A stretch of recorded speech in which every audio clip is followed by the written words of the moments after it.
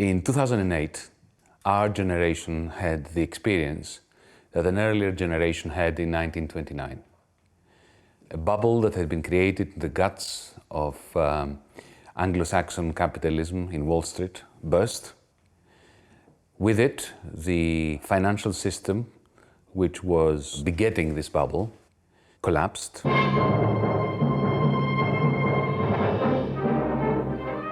October 29th, 1929, Black Tuesday.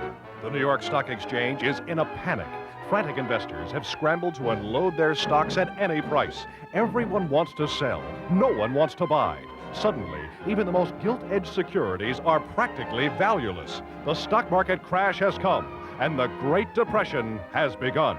There's a funny phrase which secretly is said in the banking and amongst the very rich, that you should never let a good crisis go to waste. That is, this is an opportunity. And they have, the top 1% has the wealth, power, influence to use that opportunity to their own advantage, and they have done so.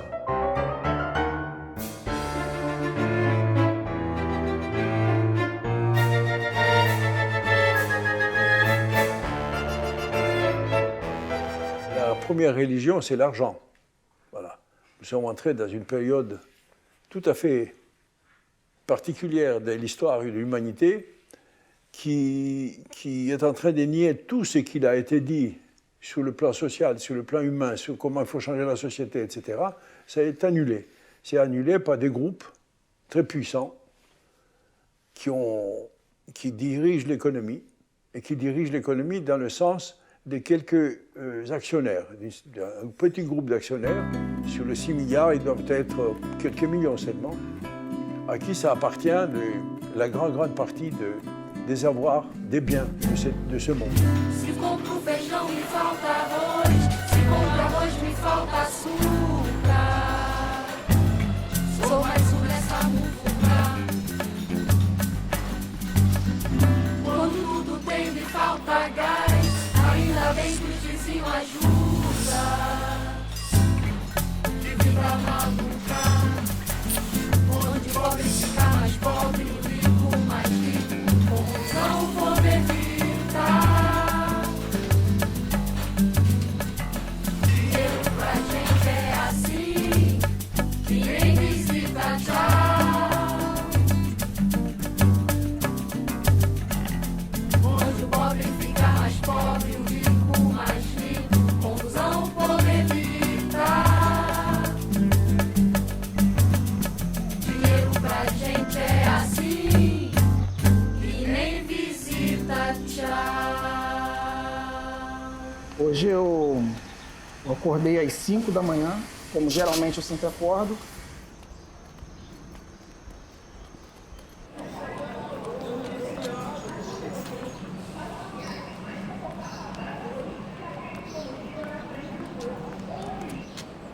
Essa é a minha rotina, de segunda a sexta, pegando o trem e chegando na Central do Brasil, pegando o metrô.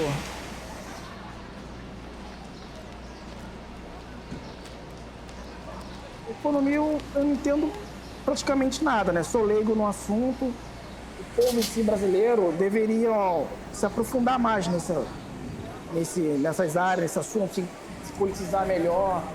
Mas eu não procuro muito, porque se você for parar para pensar muito, ficar na economia, você acaba ficando meio que doido, né? Porque do jeito que as coisas andam...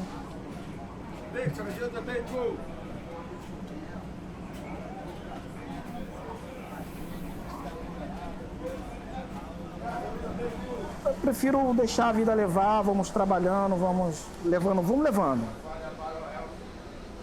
interessa muito essas coisas de crise. É complicado, eu sei que é uma coisa ruim, né? Mas que eu não dou muita importância a isso não. Tenho consciência de que eu deveria, mas...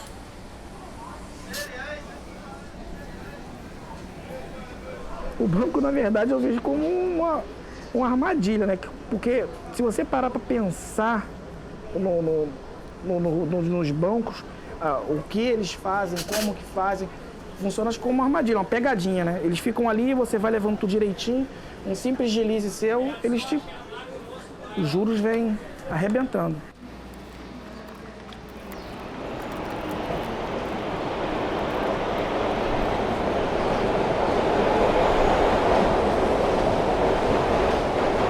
Y eso es un plan ideológico. Eso no es una crisis económica, eso no es una crisis financiera. Todo esto se enmascara con la idea de la crisis financiera. Estamos en la crisis financiera, por eso tenemos que tener políticas de austeridad, no podemos tener derechos porque la crisis económica, la crisis financiera. Con eso se nos quiere hacer ver que, bueno, estamos en una situación de crisis y que ya lo recuperaremos. No, esto es falso, no lo vamos a recuperar, porque esto es un plan ideológico. Se nos dice, no, las políticas de austeridad económica como si fuese algo técnico, ¿no? Tenemos que ahora entrar en políticas de austeridad económica porque no hay dinero, hay recortes. No, es falso. Es la ideología de la austeridad económica, es una ideología, es un programa ideológico. Los recortes sociales, la política de austeridad, es un planteamiento ideológico perfectamente definido, que pretende desmantelar las políticas sociales, que pretende suprimir controles, que permite desregular el trabajo. Dentro desse debate econômico, há aqueles que, no fundo, defendem o caminho, esse primeiro caminho, o caminho da austeridade por meio dos cortes de gastos de serviços, porque, no fundo, não querem um estado de bem-estar social, não querem um estado que limite o sistema capitalista. A sociedade quer saúde pública, a sociedade quer educação pública, está muito claro, né? Isso não, em nenhum momento se desistiu, enquanto sociedade, de ter essas coisas. Mas, no fundo, o que você faz é falar assim, olha, não, mas não dá, você não pode querer isso, porque, olha, tem aqui uma ciência, economia, que está dizendo que a única alternativa para a gente resolver essa crise econômica é conter os gastos, reduzir o tamanho do Estado. Se não fizer isso, a gente vai explodir a dívida pública, vai colapsar, etc. De alguma forma, você convence a população de que tem que se sacrificar em nome desse bom comportamento, né? Essa ideia da austeridade como se você se comportar bem, você vai ver que todo mundo ganha no final. E isso vai limitando a própria democracia e vai criando também esses monstros que a gente está vendo agora, que surgem do desespero um pouco de uma população que vê que o sistema não está mais atendendo as suas demandas e os seus interesses e que quer outras soluções, que não acredita mais nesse establishment, que não acredita mais nesse tipo de discurso, que percebe que ele não beneficia a todo mundo de forma igual, né? E começa, então, a apostar em falsas soluções também da extrema-direita, né? De que a culpa, então, é dos imigrantes, ou a culpa é dos mais pobres, dos negros, das minorias, né? Isso é um discurso que vai ganhando espaço nesse contexto onde, claramente, os governos não estão conseguindo entregar aquilo que a população demanda. El dominio, el control de lo financiero sobre lo político está significando en la práctica para las clases populares, para las clases trabajadoras y también para las clases medias que al principio no se daban cuenta, pero ahora ya sí, porque en Europa ya estamos viendo cómo se está produciendo un desclasamiento brutal de las clases medias. Esto está produciendo mucho sufrimiento social, aumento de la desigualdad, como decía, pérdida de derechos. Y paralelamente a esto, un retroceso ideológico hacia posiciones neoconservadoras. Cuanto menos nos ayuda el Estado, la política, cuanto menos trabajo hay, cuanto menos derecho hay, entonces se produce una regresión conservadora. Y ahí es donde surgen los nacionalismos, la búsqueda de religiones de religiosidades perdidas o que creíamos ya perdidas o lejanas, ¿no? This attempt to push all the costs onto the weakest of shoulders in the periphery of Europe is what is responsible for the re-erection of the borders, the fences, jingoism, misanthropy, nationalism, racism. La classe moyenne, de laquelle on a dit toujours, j'ai entendu dire moi depuis l'université, qu'il faut dans la société une grande classe moyenne parce qu'elle pacifie la société. C'est la meilleure façon d'aller vers une société calme et sereine, qui travaille normalement et qu'il n'y a pas de grandes tensions. avoir une très large classe moyenne. Or, aujourd'hui, le système détruit complètement la classe moyenne. On s'aperçoit que, bon, il y a la classe pauvre qu'on connaît depuis toujours, on ne fait plus rien pour elle, et on détruit aussi la classe moyenne de plus en plus. Le pouvoir politique laisse son pouvoir au pouvoir d'argent, aux banques notamment. C'est déjà un peu le début de la fin de la démocratie. Et avec les résultats qui sont ces résultats-là, le chômage énorme qu'on a en France, qu'on a un peu partout dans le monde, et qui est aussi, comme je disais, la destruction de la classe moyenne. Et on s'aperçoit qu'on a de plus en plus de pauvres et de plus en plus de riches. Ça a commencé à la fin des deux blocs, parce que le capitalisme avait la peur du communisme, et le communisme avait la peur du capitalisme. Donc il y avait une sorte d'équilibre, et puis le communisme est tombé. À partir de ce moment-là, le capitalisme est devenu le hypercapitalisme, et il a eu tout le pouvoir pour faire ce qu'il voulait. Of course, capitalism is not particularly good at looking after itself, in the sense that when the vested interests, capitalist interests, are allowed to run amok, to do whatever they want, as they are, because they're not constrained by any political process, then in the end, like a stupid virus, they end up killing the organism in which they live. And the organism in which they live, of course, is global society. So they are damaging global society so much that in the end they are going to hurt themselves. But of course, in the process they hurt hundreds of millions of innocent people. I very much fear that unless there is a democratic movement in Latin America, in Europe, in the United States, in the whole world, to counter the ill effects of this calamity, we are going to descend into a postmodern 1930s. And as we know, that didn't end very well. O capitalismo, que em algum tempo foi progressista, ele não conseguiu resolver as necessidades básicas da população. E, portanto, do ponto de vista econômico, ele não democratizou no sentido de garantir para que cada membro da sociedade tivesse direitos iguais naquilo que é fundamental do trabalho, da escola, da moradia, da terra. E temos uma crise social gravíssima, porque durante todo o século XX as pessoas podiam ascender socialmente, podiam resolver seus problemas. E agora o que nós estamos assistindo é cada vez mais novos contingentes de milhões de pessoas excluídos, inclusive do sistema de exploração. Ou seja, os capitalistas nem precisam mais explorar os pobres. Você vive numa sociedade em que as maiorias não têm oportunidade de se realizar como cidadãos plenos do ponto de vista da economia, da sociedade, da cultura, da educação, evidentemente que não há uma sociedade democrática, ainda que ele vote. A tendência de todo mundo é imaginar que os donos do poder são aqueles que detêm o poder político, portanto, o presidente, os governadores, os legisladores, senadores, deputados. O poder facilmente compreensível é o poder econômico, né? Se você detém o poder econômico, todas as outras formas de poder são subalternas a esse. Então, se você olhar o orçamento da União Brasileira, você vai ver que o principal beneficiário são juros e as amortizações da nossa dívida interna. Para quem vai esse dinheiro? Bom, esse dinheiro vai, em primeiro lugar, para os bancos nacionais, em sua maioria, mas alguns bancos estrangeiros também, para as seguradoras e para os fundos de investimento e para a elite empresarial e elite pessoal. Eu acho que seria razoável dar a esse grupo o nome, no caso do Brasil, de donos do poder. O setor bancário foi o mais lucrativo entre as empresas de capital aberto no Brasil em 2016. El banco es un lugar de ladrones, ¿no? Es un espacio donde la gente piensa cómo puede ser cada vez más rico, ¿no? Los bancos simplemente sirven para apropiarse de nuestros bienes comunes, de nuestros recursos naturales, de nuestro territorio y eliminar cualquier posibilidad de construir la vida, ¿no?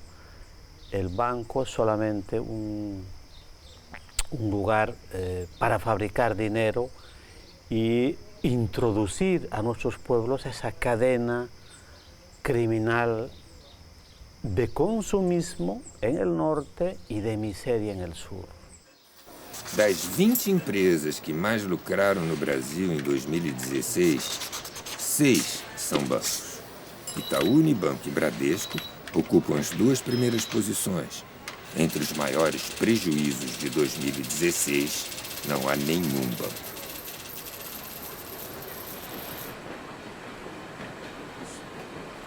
Eu tenho conta em banco, mas a minha conta é poupança, não é conta corrente, porque eu não ganho muito, o meu salário não é tão alto. Mas o que acontece? Nós temos que ter uma garantia, já que nós não temos serviço público.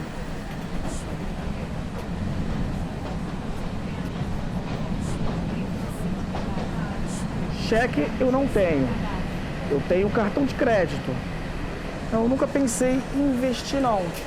Eu procuro mais deixar esse dinheiro como uma garantia, né? Porque nós que temos filhos pequenos, a gente precisa ter uma reserva guardada. Então eu prefiro deixar assim, até porque eu não entendo esse negócio de investimento.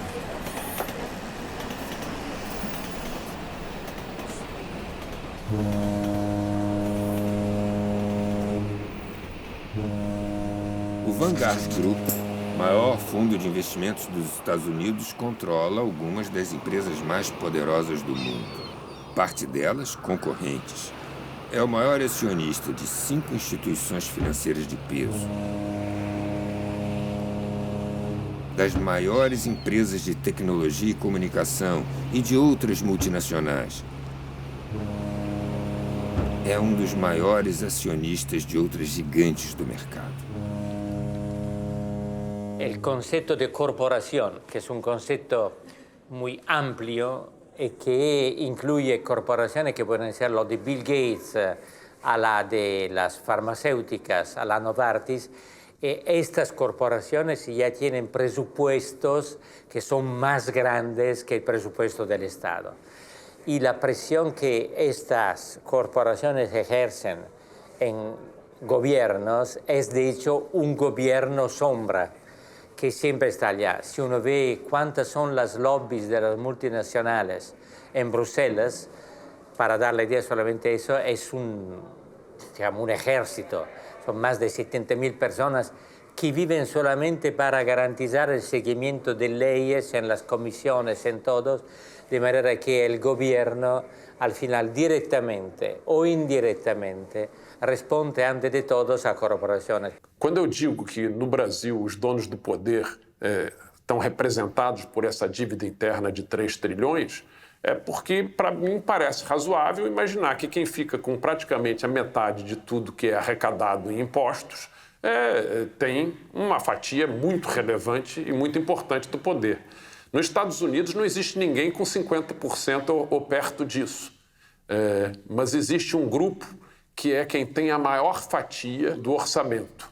E, sobretudo, se você pensar na parte livre do orçamento, que é aquela que eles chamam de discricionária, que é a parte que você pode alocar aqui, ali ou lá, porque as outras partes são todas já engessadas por lei. Então, o grupo que leva mais da metade dessas verbas discricionárias nos Estados Unidos é a indústria bélica. Esse interesse não é o interesse da população americana, da mesma forma que o interesse da população brasileira não é ver esses grupos grandes econômicos, financeiros, receberem metade de tudo que nós pagamos de impostos. Você não vai perguntar aos empresários se eles são contra ou não algo que fere a soberania nacional. Você tem que perguntar aos políticos eleitos pelo povo. Essas preocupações com o capital especulativo já vem de longe, né, das crises lá final dos anos 80, anos 90, mas isso se acentuou muito nesse período recente. O que declanchou, desencadeou a crise do Lehman Brothers foi isso, foi a passagem de tantos recursos para a área financeira, com investimentos que cada vez tinham menos a ver com a realidade e criando uma imensa bolha, primeiro no setor imobiliário, depois mais ampla, e que estourou. E eu acho que isso tem uma correlação também com uma acentuada piora na distribuição de renda no mundo, mas em particular nos grandes países capitalistas, inclusive nos Estados Unidos. Então, na realidade, o que você tem é uma crescente dominação do poder financeiro sobre os governos, derivada da liberalização dos fluxos de capital. Até a década de 70, quando você tinha o Acordo de Bretton Woods, os fluxos de capital eram muito limitados, atendendo a uma demanda do imediato pós-guerra. No imediato pós-guerra, havia uma clara leitura de que a crise dos anos 30 havia sido derivada de uma liberalidade excessiva com a especulação financeira e que, portanto, você teria que regular aquilo ali. Você regulou e teve o chamado 30 anos gloriosos do capitalismo, com muito crescimento, distribuição de renda, industrialização e a criação das sociedades de classe média, como era o caso dos Estados Unidos. Era, não é mais.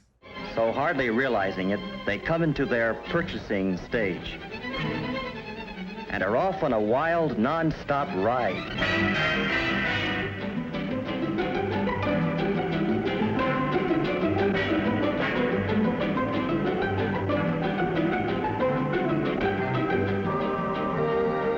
It's a happy-go-spending world.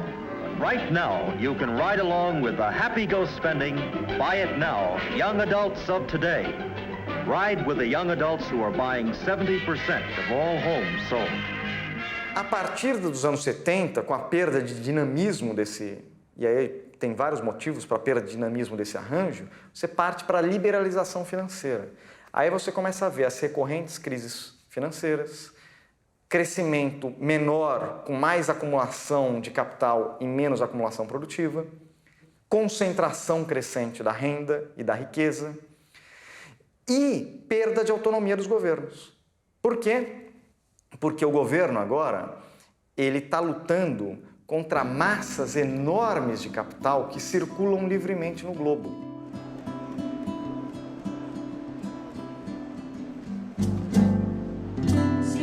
Feijão me falta arroz, se compro arroz me falta açúcar.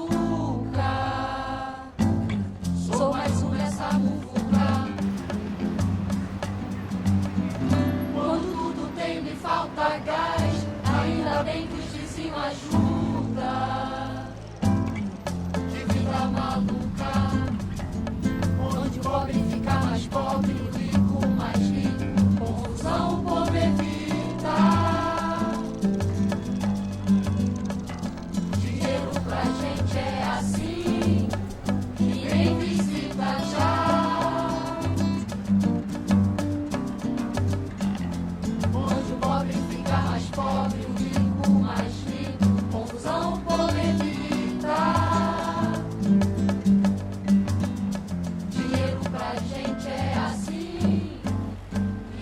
Obviamente, a Europa é um cenário privilegiado para você pensar o poder do setor financeiro sobre as decisões dos governos nacionais. Dá um caso emblemático disso. Quando Syriza ganha na Grécia, tem uma reunião entre o Varoufakis, que era então ministro das Finanças grego, com o ministro das Finanças alemão. E o Varoufakis vem falar, olha, eu vou querer renegociar os termos do endividamento, porque a gente não tem como, na verdade, dar conta desses termos atuais, a gente quer renegociar isso aqui. E o ministro alemão fala, não há possibilidade, o governo anterior já assinou, está decidido, vai ser assim. Aí o Varoufakis fala, mas a gente acabou de ser eleito com um outro projeto, o povo grego, olha, por mim não teria nem eleição, diz o alemão. Mas já que vocês querem ter eleição, façam, mudem o governo, mas os termos são os mesmos. Na verdade, você tira das populações, né, o direito de definir as rotas e os caminhos do seu país, porque os caminhos do seu país estão necessariamente definidos a priori pelas relações econômicas de poder que são, digamos assim, centralmente de interesse da esfera financeira. When I was in the Eurogroup, the first Eurogroup I went to, I was told in no uncertain terms that democracy cannot be allowed to change economic policy. So what's democracy then? For decades now, there's been a political process in progress in the heart of Europe. It is a process of depoliticizing political decisions. What happens when you depoliticize political decisions? For instance, the decision about, since we're in Greece now, what the budget surplus should be of the country, what the tax rate should be. Now, this is a purely political decision. It's an economic decision, but it's also a political decision. Yeah? So if you decide, for instance, to tax the rich more than the poor, that's a political decision. It's not something that you can decide by means of a mathematical model. But if you end up depoliticizing it and making technocrats make these decisions, what you're doing is you're creating a democracy-free zone. So you have a political process which claims to be apolitical and therefore ends up being anti-democratic. And when you have an anti-democratic political process making political decisions, you end up with really bad decisions and bad economics. So you end up with toxic politics, anti-democratic politics, and anti-democratic, irrational economics. Vamos sorrir, minha gente. Aproveita que está contente. E até mesmo sem gente careca e doente. E contigo tem é só achar. Assim o povo se diverte. Domingo o pagode enche. A comida está de sobra, mas fico ciente. E amanhã tenho que trabalhar.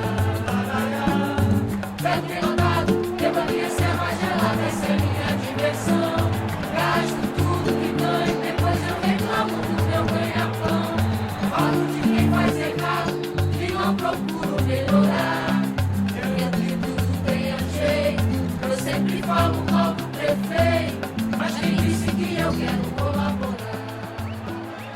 O termo financiarização é um termo que capta uma dimensão muito importante do que está acontecendo na economia mundial, no planeta, nas últimas décadas, que é a hegemonia crescente, ou peso relativo crescente das finanças nas economias avançadas e menos avançadas do mundo, né?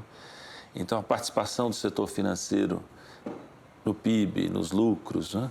A influência das instituições financeiras, das grandes corporações financeiras nos processos econômicos e políticos cresceu tanto que alguns economistas passaram a usar esse termo financeirização como uma forma de resumir esse fenômeno amplo e complexo, né? E não tem dúvida que é um elemento central do desenvolvimento do capitalismo nos últimos 30 anos, desde a década de 80 pelo menos, né? O que é uma mudança estrutural nos processos econômicos, né? Eles estão cada vez menos físicos e mais virtuais. E a chamada financiarização é uma parte disso. Você está lidando com muitas pessoas tolas no mercado.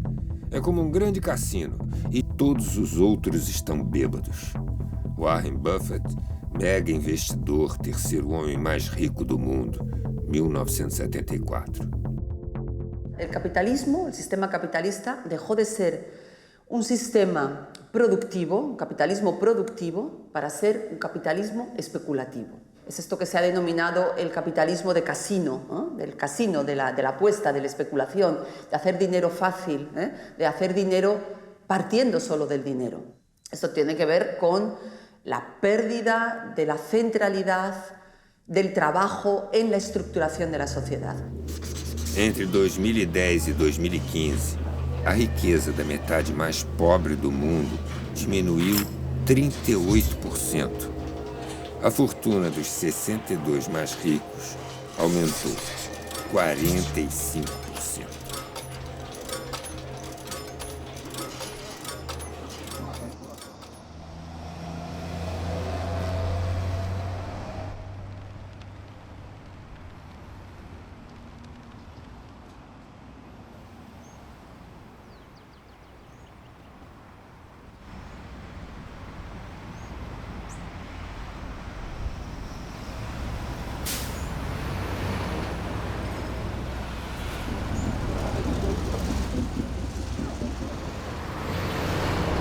A empresa produtiva ela tem uma lógica própria. Você tinha, e os autores de microeconomia heterodoxa mostram isso, a lógica fordista, a lógica anterior, digamos assim, do metade do século XX, a lógica do gerente, digamos assim, era a lógica de ampliar a produção, ganhar mercado, né?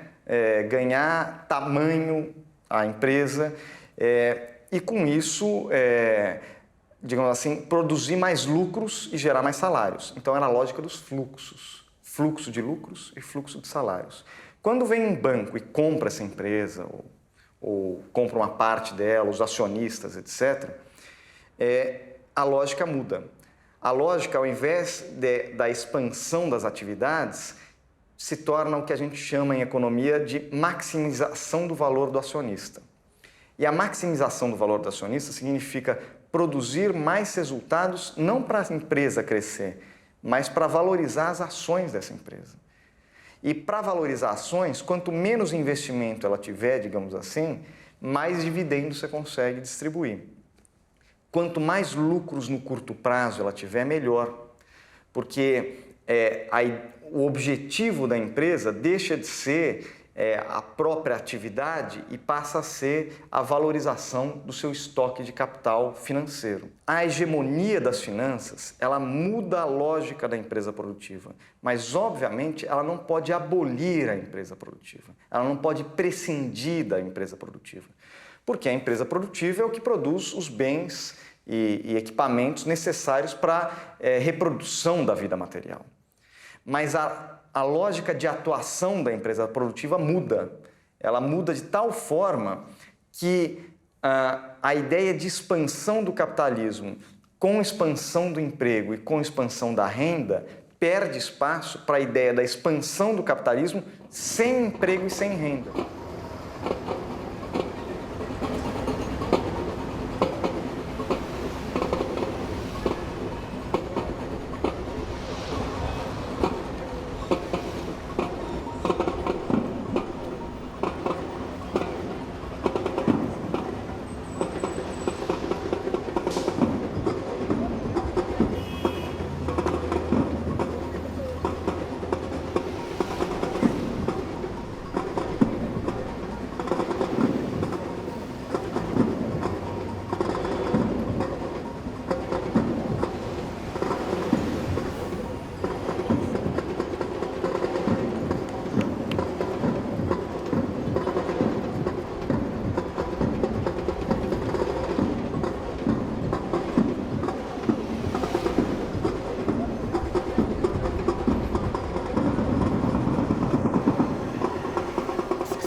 Apenas 28% da atividade bancária são usados da economia real.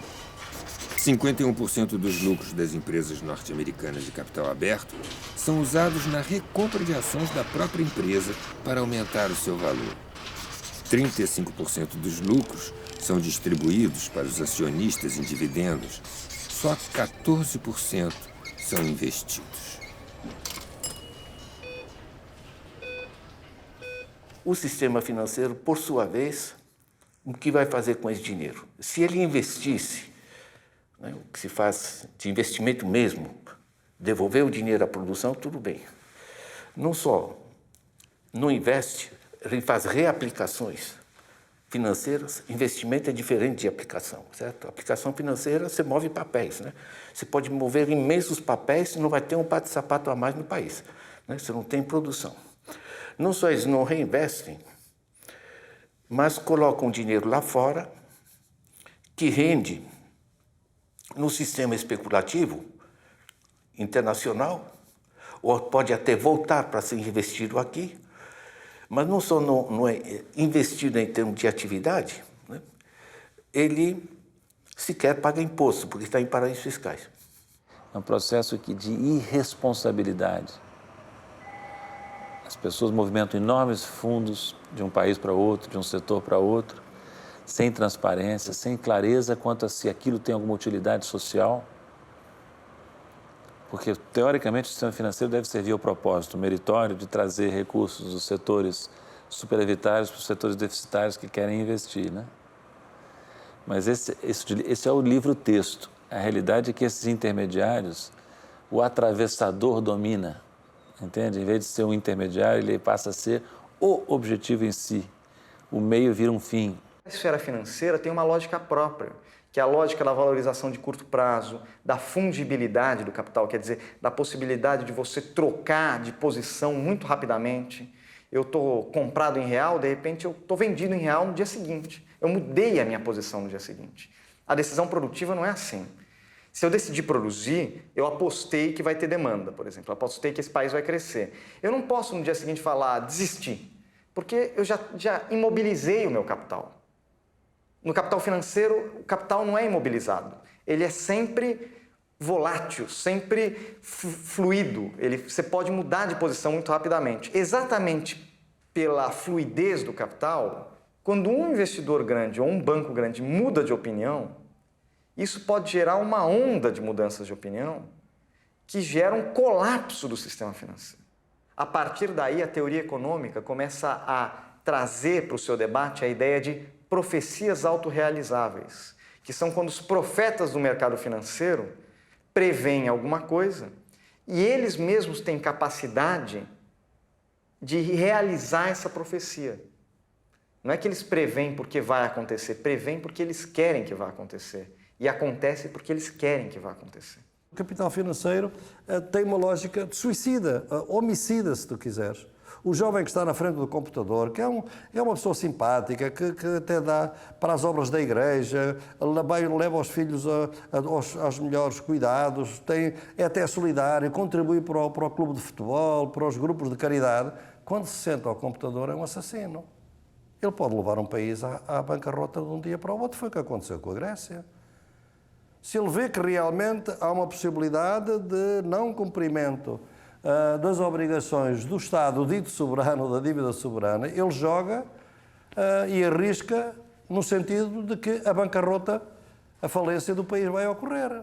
E o seu próprio ato produz a falência. É o que nós chamamos os self-fulfilling prophecies, isto é, as profecias autorrealizadas. Portanto, é um assassino. Portanto, este é o capital financeiro que nós temos na mão.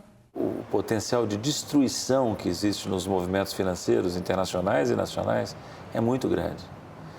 Um banco grande em crise pode desestabilizar o orçamento de um país. As instituições bancárias são mais perigosas para as nossas liberdades do que os exércitos permanentes. Thomas Jefferson, 1816. Eu gasto em torno de 65% do meu rendimento. É por eu ser autônomo, eu tenho que pagar a passagem do meu bolso, eu tenho que ter a alimentação, essas coisas assim, pesa, tem que pagar a autonomia, então pesa um pouco, né? E eu pago a minha e pago a da minha esposa também, por ela ser do lar. Dos impostos, eu acho uma coisa meio engraçada, né? Principalmente lá, eu pago uma coisa que eu não tenho retorno, né? Igual a área de saneamento, de saúde, essas coisas, nós pagamos os impostos e não temos o retorno. Lá em Japeri não tem sala de cinema. Se quiser ir num cinema, tem que ir para Paracambi ou Nova Iguaçu. Tem um grupo lá que faz teatro. A arte é o tecido da resistência. Respeitado no Brasil e reconhecido em importantes festivais de teatro, como o de Curitiba, o Grupo Código é pouco conhecido na cidade onde atua há mais de 10 anos.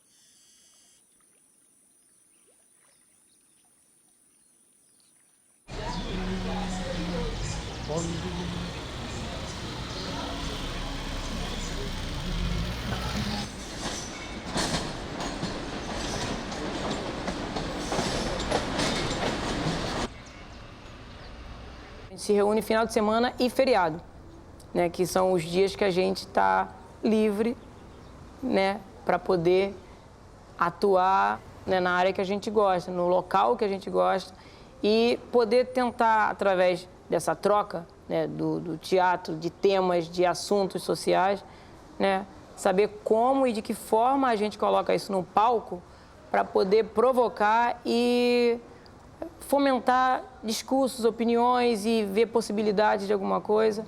A gente se reúne através disso, né? Muito trabalho fora e quando a gente não está trabalhando, a gente está trabalhando aqui. A gente muitas vezes tira do nosso bolso, como membro da companhia, como membro do grupo Código, para poder acertar as dívidas que o próprio grupo tem. A gente não consegue investir, a gente não está conseguindo nem pagar o aluguel do espaço. A gente está devendo 1 ano e 2 meses, indo para o 1 ano e 2 meses agora. Então, Japeri, muitas pessoas falam que é uma cidade dormitório mesmo. E aí a gente tem um problema que a galera trabalha de segunda a sexta ou segunda a sábado.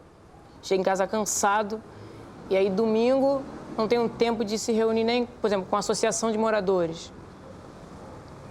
Eles querem descansar, porque no outro dia eles voltam para a labuta, voltam para o trabalho. Estamos vivendo uma verdadeira guerra dos lugares. O que é essa guerra dos lugares? Ela é basicamente o conflito, a tensão entre, de um lado, o uso do espaço e a forma da apropriação do espaço dominada, hegemonizada pelo potencial de rentabilidade financeira desse espaço, versus todas as outras formas de ocupação do espaço, todas as outras formas de vínculo entre os indivíduos e o território. Inclua aí as favelas, inclua ali as periferias, inclua aí as ocupações culturais, as ocupações provisórias e semipermanentes. Elas estabelecem com o território uma lógica que não é exatamente a lógica da propriedade privada individual. A mercantilização da casa é uma das áreas onde o setor empresarial da produção de bens pode, então, crescer e ofertar, e, mais recentemente, a moradia como um elemento essencial num circuito financeiro que utiliza um capital financeiro excedente global acumulado nas corporações e nos indivíduos, que fica permanentemente procurando aonde ele pode ser investido para poder ganhar juros, para poder ser remunerado, para crescer mais, para procurar onde ele pode entrar, para poder ser remunerado, para crescer mais, e assim crescer cada vez mais, sem nenhum vínculo, nenhum zero com as necessidades das pessoas, das comunidades.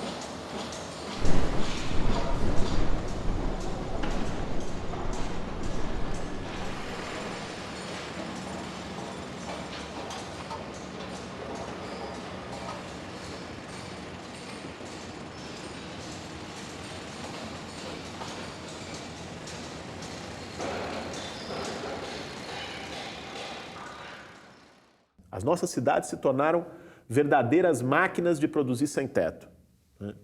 Porque você investe, facilita o crédito para a construção civil, né? Enfim, naturalmente está ligado a todo um sistema de financiamento de campanha eleitoral e tal, uma articulação histórica da construção, do setor da construção, do setor imobiliário com o Estado, né? Nessa articulação você produz desenvolvimento urbano, você traz equipamentos privados, você constrói centros hoteleiros, você constrói estádios, como foi no caso da Copa do Mundo, nas Olimpíadas. Essas construtoras têm a sua atuação na construção pesada, outras na construção civil. Elas se articulam com os financiadores, com os bancos que financiam seja a casa própria ou a construção, e aí o financiamento de campanha eleitoral tem um peso novamente nisso, né?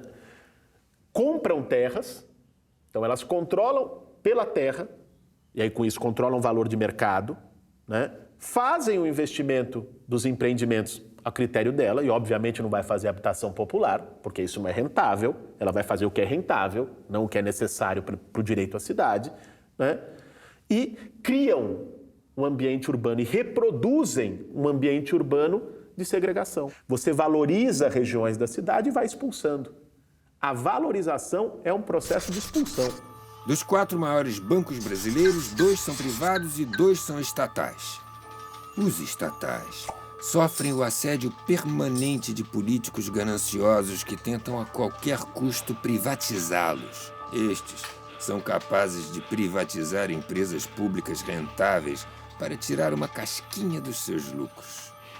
É cada vez mais gritante que tem um setor, né, o lucro dos bancos a cada ano é recorde e a economia brasileira na maior recessão da história. Quer dizer, essa desconexão ela vai ficando cada vez mais nítida, as pessoas vão entendendo, mas ainda tem umas pessoas que caem um pouco nesse discurso midiático dos analistas econômicos convencionais que ficam o tempo todo tentando associar essas duas coisas, tentando jogar para as pessoas a ideia de que um setor financeiro que vai bem, no fundo, significa que os investimentos do setor produtivo também vão ser retomados e também vão bem. Eu acho que a crise de 2008 ela mostra muito claramente que não é o caso, que uma crise financeira pode prejudicar a economia real, muito, né, e prejudica até agora, mas que o setor financeiro se recuperou muito rápido dessa crise, enquanto a economia real está até hoje patinando.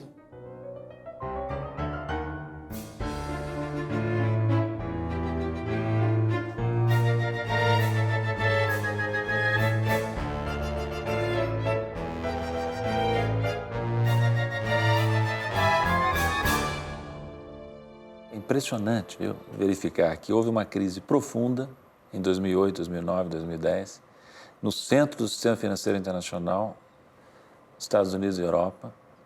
Essa crise revelou em toda a extensão a fragilidade desse sistema desregulamentado, privado, poderoso, inchado.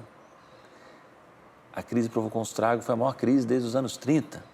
E, no entanto, ela deixou poucas marcas na estrutura de organização do sistema financeiro e nas suas relações com o poder público. Ao proteger as grandes corporações responsáveis pela crise, eles não chegaram a corrigir a crise, não corrigiram as origens da crise, as debilidades estruturais do sistema, não colocaram o dedo na ferida. Se continua a ver o problema, entende? Então isso mostra a resiliência do poder financeiro ou da financiarização, porque ela passa por crises dramáticas e sobrevive e volta. Os responsáveis por esse processo, que preço pagaram? Pouquíssimos foram presos ou responsabilizados pelo estrago que fizeram, talvez porque estivessem dentro da lei. O problema estava na lei, o problema era mais fundo, entende? A dívida pública brasileira aumentou 11,42% em 2016, chegando a 3,11 trilhões. Há 10 anos, era menos da metade. Em 2016, 367,67 bilhões estavam relacionados a despesas com juros, maior valor da série histórica. 23,1% dos detentores da dívida são instituições financeiras. No primeiro mundo, 4%, 5% do que é arrecadado é gasto com juros. Em países mais parecidos como os nossos, o México e tal, vai para 8%, 9%. Mas ninguém paga mais do que 15% do que arrecada, a não ser pontualmente em um ano por causa de uma guerra civil ou qualquer coisa. Então, se o mundo inteiro a média é 7, 8%, nós não podemos pagar 47% do que a gente arrecada. Por quê? Porque nós estamos tirando para entregar aos donos desse poder em troca de quê? De nada. Tudo o que nós arrecadamos, a metade vai para pagar juros, tirando benefícios sociais e coisas essenciais da população brasileira. E isso priva o quê? Priva os brasileiros de terem escolas públicas decentes, de terem saúde pública confiável e aceitável, de terem estradas à altura da capacidade econômica do país. O rombo não é de dentro do governo, o rombo é do sistema financeiro. A massa de recursos retirada através do sistema da dívida pública é que gerou a crise, é que gerou o rombo financeiro. Não é porque se investiu demais na educação, ou no Bolsa Família, ou no aumento de salários, coisa do gênero. É pelo fato de ser retirar o dinheiro da economia real, produtiva, e ter transferido esse dinheiro para intermediários financeiros que, por sua vez, jogam isso lá fora ou jogam entre os outros produtos especulativos. Mas, basicamente é o seguinte, eu coloco minha poupança no banco. O banco me paga uma merreca. O banco pega essa minha poupança, coloca em títulos do governo, liquidez total, risco zero, e o governo lhe paga 14%. De onde o governo tira esse dinheiro para pagar aos bancos, sobre o meu dinheiro, dos impostos. Quem paga os impostos, professor Adislau. É uma forma de pegar dinheiro da população através dos impostos e passar para os bancos. Não muito diferente do que se fez com a Espanha, com Portugal, com Grécia, com tantos outros.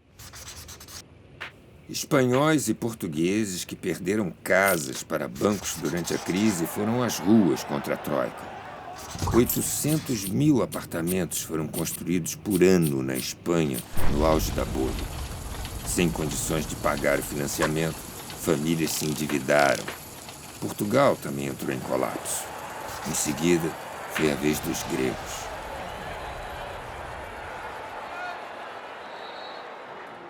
Primeiro-Ministro tem a palavra. Muito obrigado, Sra. Presidente. O Sr. Deputado Nuno Magalhães sublinhou os resultados das conclusões do último Conselho Europeu quanto ao quadro financeiro multianual. As pessoas não se podem manifestar, sobretudo nestas condições.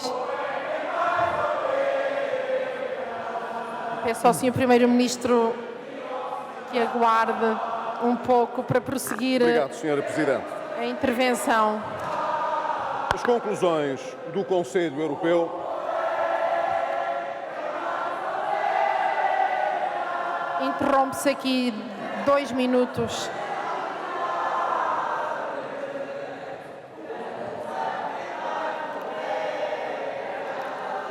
Eu peço às pessoas que se retirem ou que silenciem.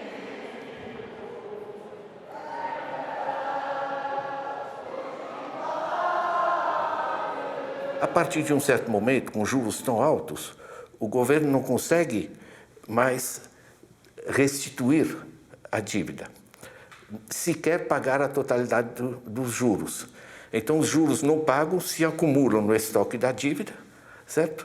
E você tem essa explosão da dívida, se gerou uma mama, digamos assim, esse aprisionamento da política através da dívida, hoje é estudado internacionalmente como captura do poder.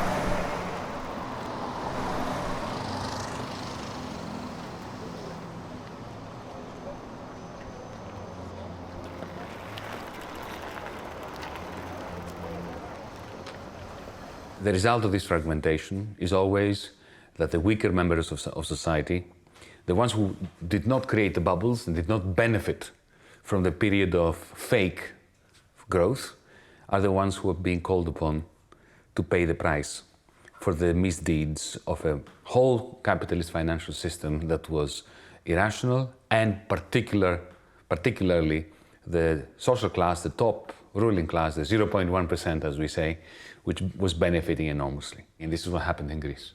It creates bubbles, the rich get much richer, the poor struggle because prices go up. And then at some point, Lehman Brothers goes down, something happens, and the bubble bursts. The rich manage to get their money out of the country, to Switzerland, to London, to New York, to Frankfurt, and the poor end up paying the price. Latin America understands this very well. You know, Greece is part of Latin America. Nós somos gregos ou a Grécia é o Brasil?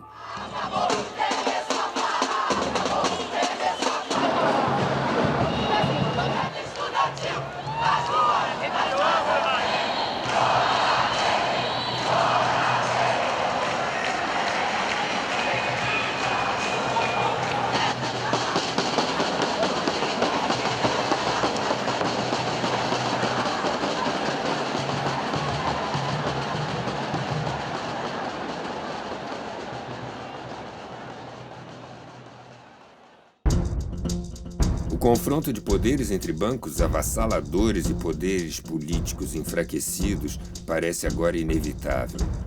Um resultado positivo desta luta, a priori desigual, só pode ocorrer por meio de mobilização de cidadãos que estejam plenamente conscientes do que está em jogo. François Morin, autor de A Hidra Mundial. Grecia fue el ejemplo paradigmático de especulación con la deuda pública, especulación con un país hasta hundirlo. O sea, Grecia ya no es de los griegos, Grecia es de los bancos. En los estatutos del Banco Central Europeo se dice exactamente que el Banco Central Europeo no puede prestar dinero a los estados. Por eso no ayuda a Grecia, por eso no ayuda a España, no puede. Lo tiene prohibido en los estatutos. El funcionamiento del Banco Central Europeo es el siguiente: prestar dinero a los bancos a muy bajo interés y los bancos prestan dinero a los estados a muy alto interés. Ahí está la deuda pública. ¿Qué ha ocurrido en la Unión Europea en los últimos 20 años? Que el poder financiero se ha hecho dueño de la Unión Europea. Por este sistema, los bancos se han hecho dueños de la Unión Europea. C'est le rêve des banques depuis toujours, de diriger le monde, d'avoir l'argent et de diriger le monde. Ça, c'est le fait même de la banque. Et peu à peu, la démocratie a perdu le pouvoir de l'économie. Et à partir du moment où on perd le pouvoir de l'économie, ben on perd les pouvoirs de diriger un pays. Pendant que le Goldman Sachs avait les secrets de l'économie grecque pour tricher avec l'Europe, en même temps, ils spéculaient sur la Grèce et ils ont gagné beaucoup d'argent en spéculant sur la Grèce. Voilà. C'est le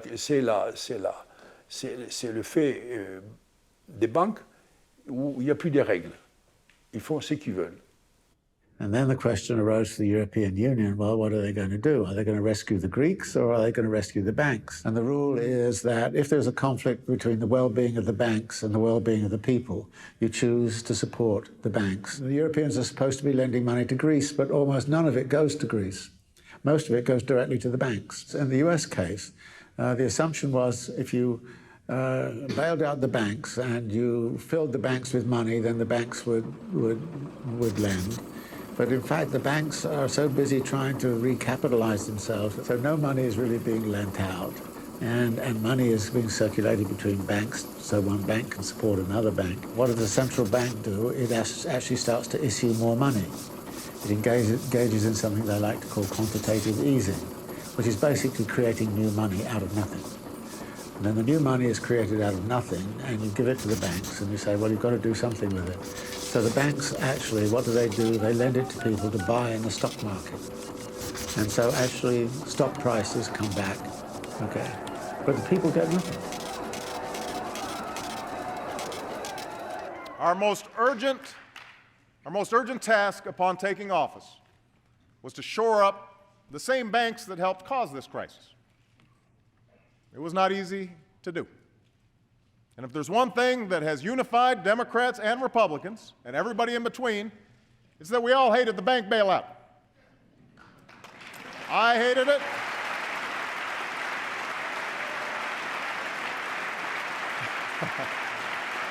I hated it. I hated it, you hated it. It was about as popular as a root canal. But when I ran for president, I promised I wouldn't just do what was popular. I would do what was necessary. And if we had allowed the meltdown of the financial system, unemployment might be double what it is today. More businesses would certainly have closed. More homes would have surely been lost. And the result of that, in the United States, the top 1% has actually profited out of the crisis. And how can this come about? That you would create a whole set of policy institutions and the like, which would actually give money effectively to the top 1% and not give anything whatsoever to the people. How could that really come about? And then, of course, the answer is who controls the press? Who controls politics? Who controls the banking system? And so there you go, the top 1% says, oh, here's a crisis. This is a great opportunity for us to actually acquire even more wealth and power, which is precisely what they have done. Essa parte da população minoritária mas ela é poderosa, está no aparelho de Estado, está na imprensa, está nas grandes empresas e começa a exigir do governo medidas que garantam a valorização financeira do capital. Existem teorias que acham que concentrar renda e riqueza amplia a valorização do capital. Poucas pessoas acreditam ainda, poucas pessoas assim honestas, né? Porque tem as pessoas com interesses, obviamente, aí é outra coisa. Mas poucas pessoas analistas que estão vendo o caso do ponto de vista mais teórico, do ponto de vista mais dos dados, acreditam que a concentração de renda vai gerar dinâmica econômica e que isso vai gerar mais emprego, mais renda e ser distribuído pela sociedade. Sociedades e governos precisam ser capazes de permitir, encorajar os poucos a reterem a maior margem de lucro. Nós achamos que os ricos provavelmente se tornarão mais ricos nos próximos anos. Implicação: gostamos de companhias que vendem para ou servem aos ricos, bens de luxo, bancos privados, etc. A Terra está sendo sustentada pelos braços sarados de seus empreendedores plutocratas, goste ou não. Plutonomy, memorando do Citigroup para grandes investidores, 2005.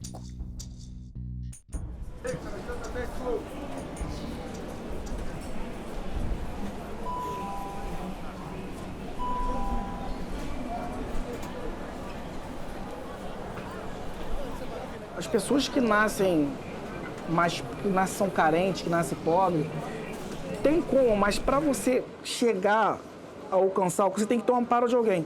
Tipo assim, no meu caso, eu tive que começar muito cedo a trabalhar cedo, não só eu, mas como a maioria das tem que começar a trabalhar muito cedo. Se eu tivesse um amparo, se minha mãe tivesse um salário um pouco maior, por exemplo, eu não precisaria ter começado a trabalhar aos 17 anos de idade. Como que eu ia fazer uma faculdade? Por morar longe, tem esse detalhe também, mas tiver um amparo, uma ajuda, se os meus pais estivessem em condições, com certeza daria para fazer alguma coisa, ter estudado.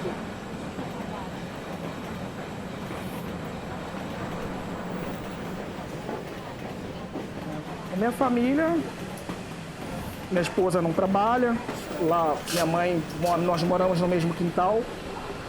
Minha mãe é aposentada, mesmo assim trabalha, é cabeleireira.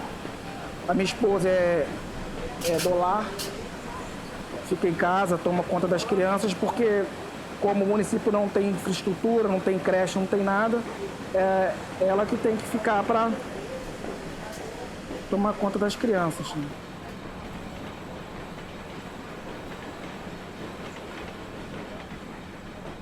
65 families have about the same wealth as half of the world's population. And that is far, far worse than it was, say, 20 or 30 years ago. And it's at this point you say to people, why would you tolerate a system of this kind? And the answer is, well, you can say that all you like, but if the media doesn't report it, then what happens? Não é um fim do capitalismo, mas é um fim do capitalismo democrático.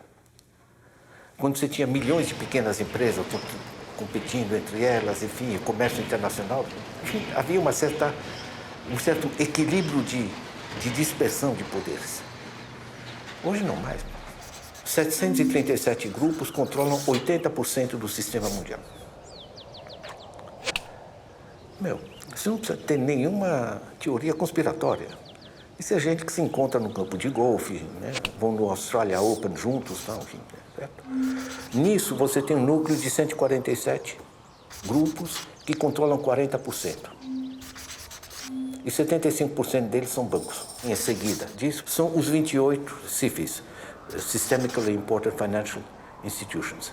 São os 28 que têm juntos um capital de cerca de 50 trilhões de dólares, equivalente à totalidade das dívidas públicas dos governos do planeta. O que me espanta é o grau de farsa que você consegue passar nas televisões, nos meios de comunicação. Do ponto de vista macroeconômico, o que ocorreu nesse período todo foi algo similar ao que ocorreu também na primeira onda de financiarização no século XIX, que é o seguinte: você cria a ideologia a partir dos bancos centrais dos países centrais, antes o Banco da Inglaterra, agora o Federal Reserve, dos grandes bancos americanos, do departamento econômico dos grandes bancos americanos, replicados nos departamentos econômicos das suas filiais brasileiras ou dos bancos brasileiros, e a partir daí indo para a mídia. Então esse monopólio da opinião financeira da mídia, ela foi central tanto nos Estados Unidos quanto aqui no Brasil para implantar essa ideologia da financiarização. E daí é gozado, porque você acaba fugindo de qualquer princípio científico. A economia pode ter 500 variações teóricas, mas você tem aqueles fundamentos da economia. Oferta e procura, a industrialização, o papel da industrialização na geração de emprego, todo esse patamar. E aqui você aboliu isso. Então você criou teorias que prometiam no final do arco-íris aí o pote de ouro. E essas teorias consistiam fundamentalmente em sacrifícios, não para o mercado, em sacrifícios para os setores mais vulneráveis da sociedade, para sobrar mais no orçamento para o mercado. Então a disputa do orçamento público através dos juros da dívida aí é algo que vem desde o século XIX. Essa tentativa de embalar o jogo de interesses com conceitos supostamente científicos faz parte de toda a montagem, digamos, da financiarização, quando a financiarização se apropria dos conceitos da nova teoria que surgia aí, que era a teoria econômica. A maneira como se prorrogou essa falsa ciência aí, você está na raiz da crise brasileira. E daí entra a imprensa direto, né? É como se fosse ciência. Não. Você pega agora as reformas. Não. Se você não mudar a Previdência, se você não acabar com a legislação trabalhista, o Brasil está perdido. Era um conjunto de retóricas, de bordões retóricos que foram usados esses anos todos. Chega uma hora e você fala, pô, mas é tantos anos de blefe que você vai mudar o refrão. Não é um refrão. Se você não fizer isso, o Brasil acaba. Daí você tem que fazer sacrifício. Daí você faz sacrifício, corta a verba de educação, de saúde. Chega no final do ano, está aquela mesma merda. Por que está a mesma merda? Não, porque o sacrifício foi insuficiente. Então, digamos, esse padrão de convencimento é o mesmo padrão de coluna social. Tal ideia é in, tal ideia é out. O que nós estamos hoje a assistir é uma produção sistemática do medo contra a esperança. Para que as pessoas se resignem, para que pensem que o bem-estar que ainda têm não o merecem, porque, obviamente, o que é preciso é garantir toda a lucratividade ao capital financeiro. A maneira de resolver estas crises tem sido extremamente dolorosas para o mundo, que são as grandes depressões. Tivemos uma que começou em 2008, com o Lehman Brothers, e o que aconteceu foi que o Estado ainda vinha com alguma força do período anterior e tinha fundos dos contribuintes para salvar os bancos.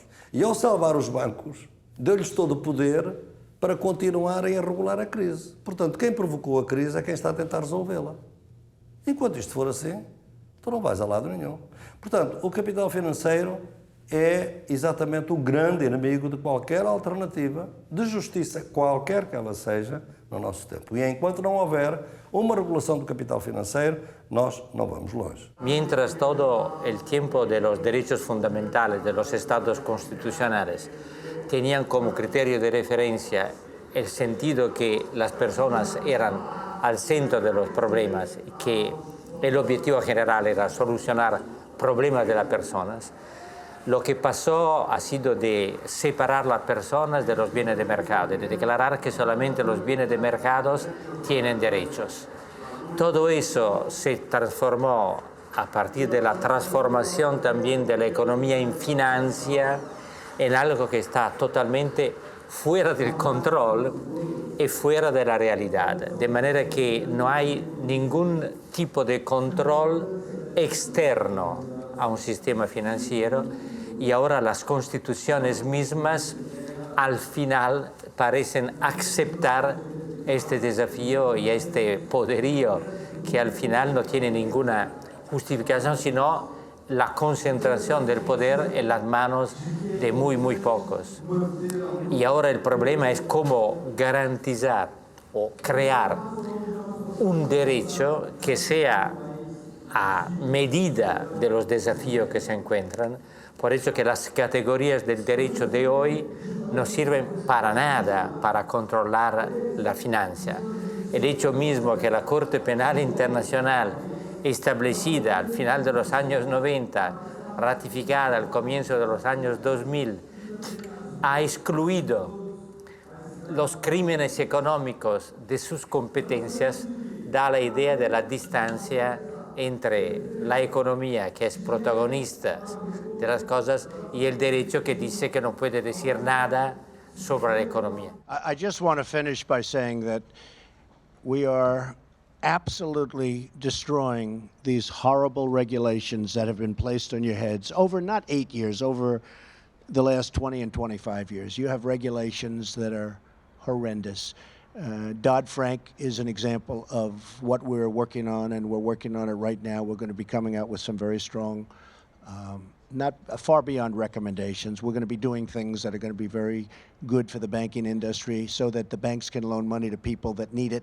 Hay que volver a buscar mecanismos de control, porque el mundo funciona con mecanismos de control. Un mundo descontrolado es el mundo de la ley del más fuerte. Y cuando impera la ley del más fuerte, lo sabemos, gana el más fuerte.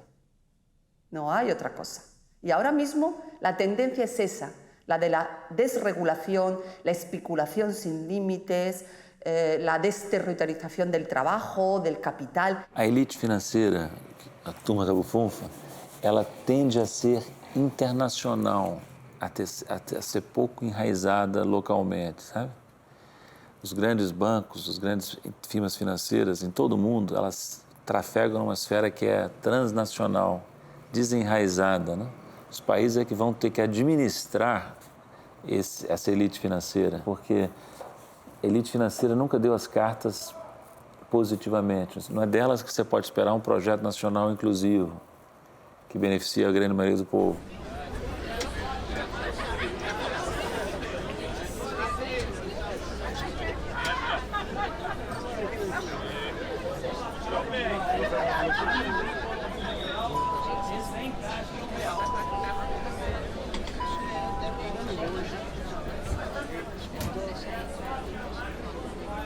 Eu fui nascido e criado lá, né, na Japeri, e eu gosto de lá, apesar de problemas que está tendo agora, da segurança, desse negócio, problema de segurança, mas eu gosto de lá.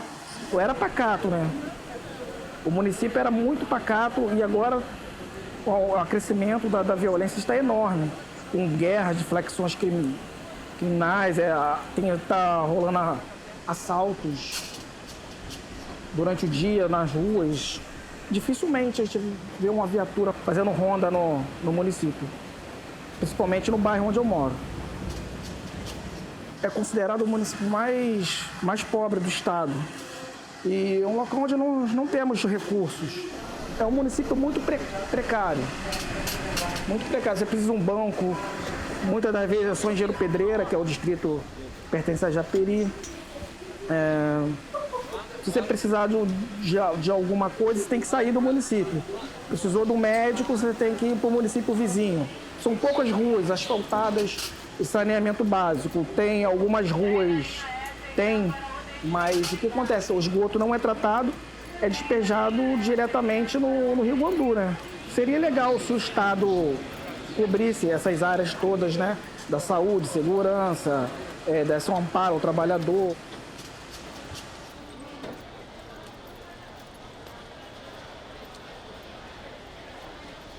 Lá, crescendo lá, a escola nunca foi de boa qualidade, nunca foram de boa qualidade. Então a infância foi muito difícil. Eu tinha um amigo de infância lá, que jogamos bola, soltávamos pipa junto.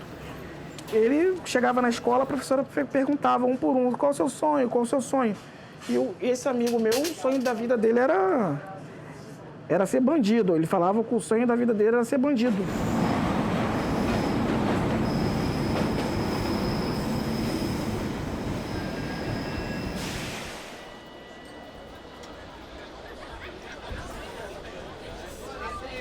Eu tive muitos amigos lá na rua, éramos quase uns 100 garotos lá.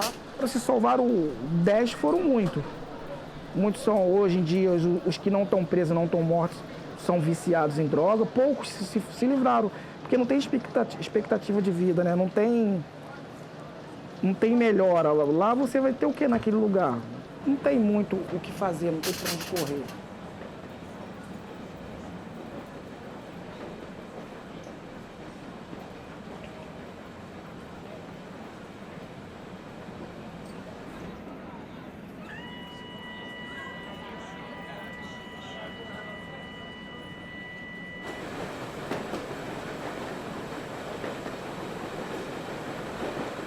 O liberalismo fala muito do consumidor e do benefício que a liberalização traz para o consumidor.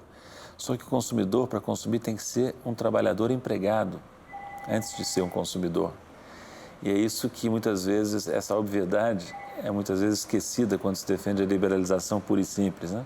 Hasta la aparición del proceso de globalización, el trabajo ha sido el elemento central de estructuración de las sociedades modernas, de la modernidad. Es decir, la forma en la que las personas nos vinculamos a la sociedad, cuando me refiero a las personas, me refiero a los que no tenemos el poder fuerte, el poder oligárquico fuerte, es el trabajo. El trabajo y los derechos asociados al trabajo. Todos los derechos laborales, pero también los derechos de emancipación social.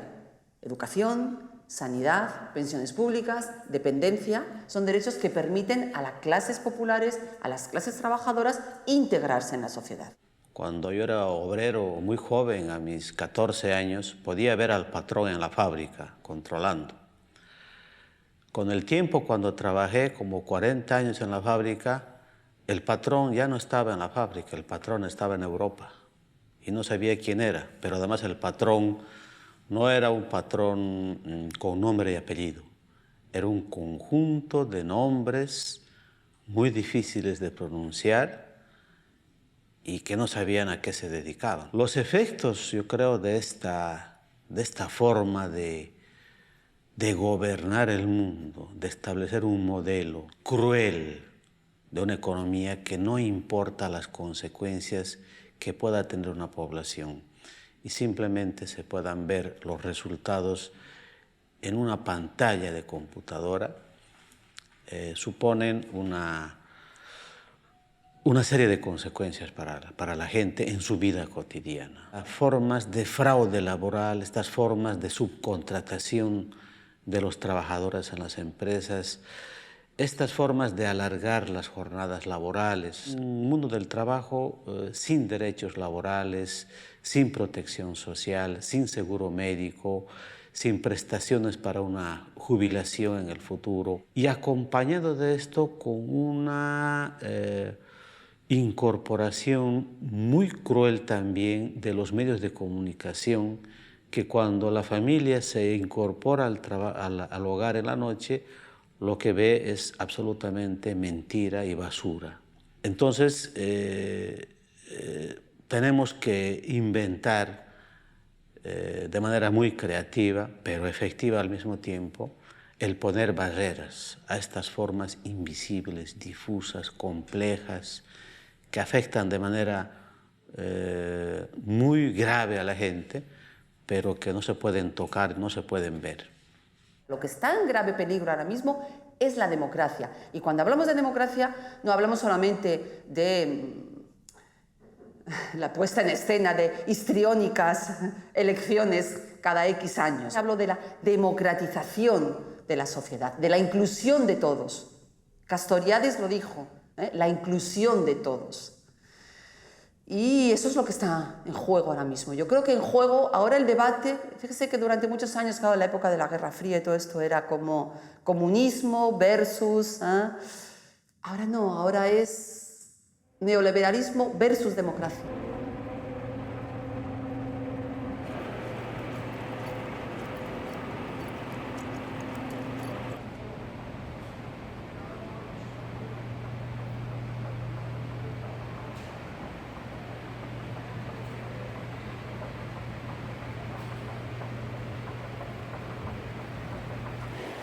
Cheguei aqui às 9h20 da manhã.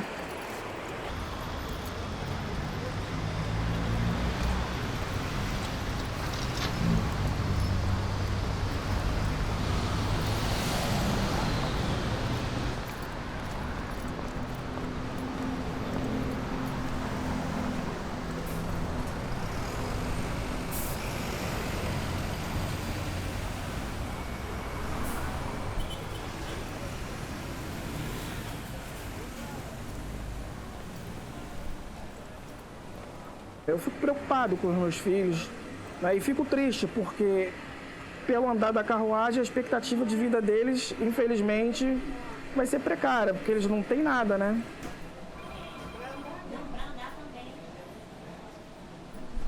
Há uma energia social enorme de descontentamento e de debate sobre os rumos dos países e do mundo. Essa energia ela pode ser capturada pelos mais diferentes movimentos políticos, pelas mais diferentes ideologias. Quem vai capturar é quem tiver as condições de se comunicar e dialogar com as preocupações dessa população de maneira a responder às suas angústias. É verdade que o movimento do capital é algo esmagador, mas há exemplos na história de resistências muito bem-sucedidas, né? E de arranjos políticos que perduram durante algum tempo, que permitem uma maior inserção, uma maior distribuição de renda. Então, o jogo não está jogado nem para um lado nem para o outro. O futuro ainda vai ser construído, ele não está escrito nas estrelas, e quem vai construir é a dinâmica da disputa política.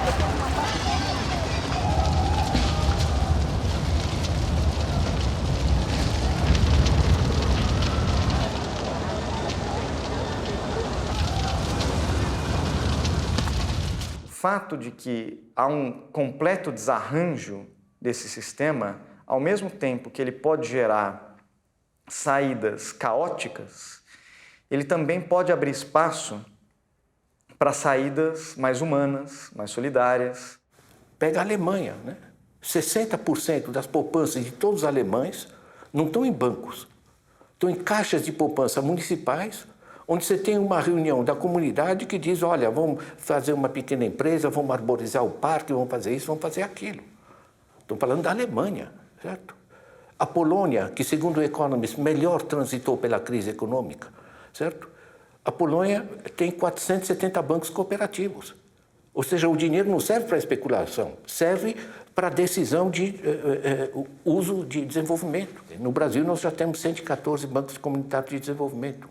Dinheiro na base da sociedade, administrado pela comunidade, rende barbaridade. A França tem um sistema de ONGs de intermediação financeira. funcionam tão bem porque a comunidade sabe o que precisa e aquilo responde àquilo que precisa. Não são bancos, são organizações da sociedade civil. Algumas delas têm aplicados 800 milhões de euros. Não é brincadeira. O Banco da França constatou que são tão mais produtivos no uso dos recursos que o banco cobre qualquer quebra que haja.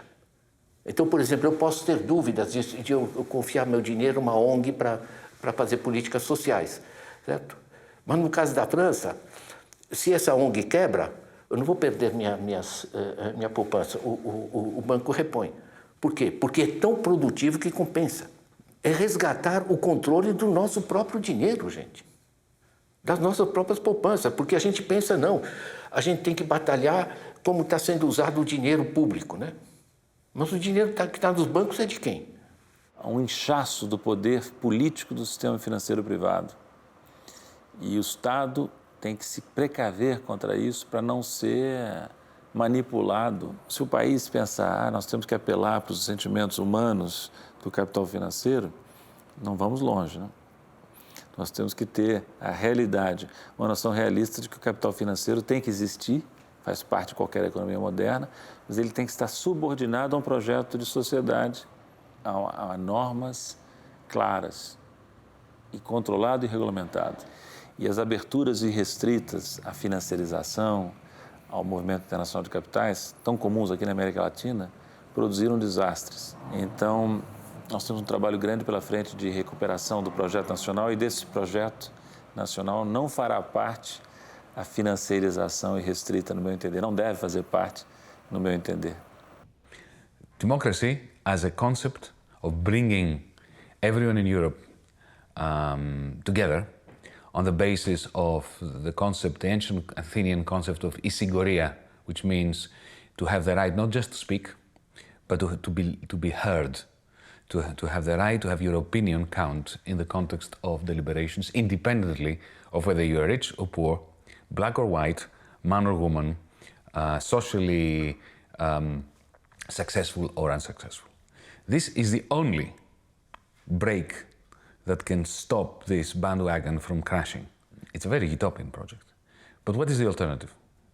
The alternative is a terrible dystopia. Hay que construir ideología democrática, hay que construir resistencia democrática, hay que construir hegemonía democrática frente a la hegemonía capitalista. Y la hegemonía democrática solo se construye colectivamente, e integrando a todos. Pero si estamos con las exclusiones, estamos en el sálvese quien pueda y yo el primero.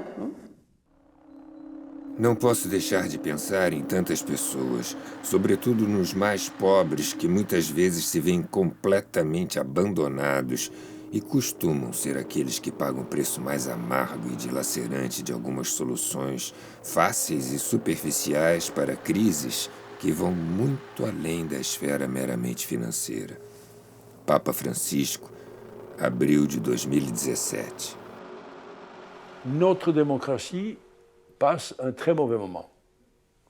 J'espère que ça ne va pas durer longtemps, parce que la démocratie est à l'intérieur de chaque homme, en tout cas de la grande majorité des hommes, et puis c'est une société, c'est une nécessité pour la société. On ne peut pas vivre dans une société sans démocratie. La résistance dépend à chacun, à l'intérieur de nous. Il va y avoir des résistances et ça va changer sûrement. Moi, je crois beaucoup que l'important dans la vie, c'est la résistance. Résister aux petites choses quotidiennes, aux injustices qu'on n'aime pas, et qui vous choquent, et puis résister aussi aux grandes choses, aux dictatures par exemple. Il faut résister, chacun avec ses moyens. Parce que si on ne résiste pas, on devient esclave. Se os homens não cultivam o ideal de um mundo melhor, eles perdem algo. Se o único ideal dos homens é a busca da felicidade pessoal por meio do acúmulo de bens materiais, a humanidade é uma espécie diminuída. Eric Hobsbawm, historiador, 1999.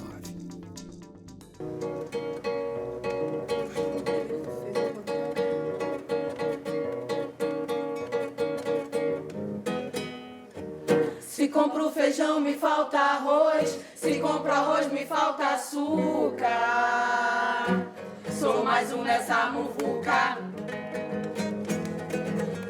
Quando tudo tem, me falta gás. Ainda bem que os vizinhos ajudam. Que vida maluca, onde o pobre fica mais pobre, o rico mais rico. Confusão o povo evita. Dinheiro pra gente é assim, que nem visita, tchau. Onde o pobre fica mais pobre, o rico mais rico. Confusão o povo evita. Dinheiro pra gente é assim, que nem visita, tchau. Oh yeah, my baby. Ai, que saudade dele.